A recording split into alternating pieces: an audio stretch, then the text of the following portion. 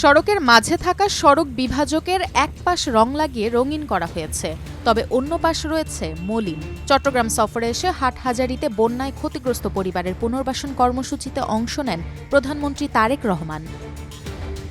স্থানীয় বাসিন্দাদের অভিযোগ, প্রধানমন্ত্রী সড়কের যে পাশ দিয়ে গেছেন কেবল সেই পাশটিতে সড়ক পরিচ্ছন্ন করা এবং সড়ক বিভাজক বা ডিভাইডারের গায়ে রং লাগানোর ব্যবস্থা করা হয়েছে।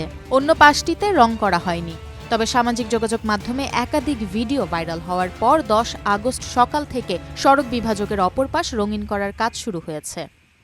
আমাদের মাননীয় প্রধানমন্ত্রী যিনি তারেক রহমান চট্টগ্রাম সফর করছেন, তো হাটহাজারীতে ফটিকছড়িতে গেছেন। উনি আসার সময় হচ্ছে যে হেলিকপ্টার করে উপর দিয়ে আসছে, তো এদিক দিয়ে যাওয়ার সময় এই বাস দিয়ে আসছে হাটহাজারী ফুলকাম শেষ করে এদিক দিয়ে আসছে, এই বাস দিয়ে আসছে। তো যে বাস দিয়ে আসছে এই বাসে রাস্তা পরিষ্কার করা হয়েছে এবং রাস্তায় ব্লকের মধ্যে রং করানো হয়েছে। রাস্তায় এক পাশে অন্য পাশে করা হয়নি।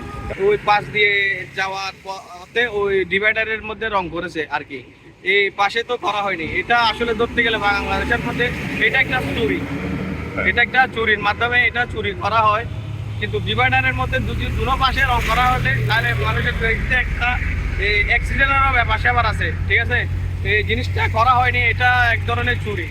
কিন্তু সড়ক বিভাগের দাবি, প্রধানমন্ত্রীর সফরকে কেন্দ্র করে সড়ক বিভাজক রং করা হয়নি। এটি সড়কের সৌন্দর্য বর্ধনের চলমান একটি প্রক্রিয়া।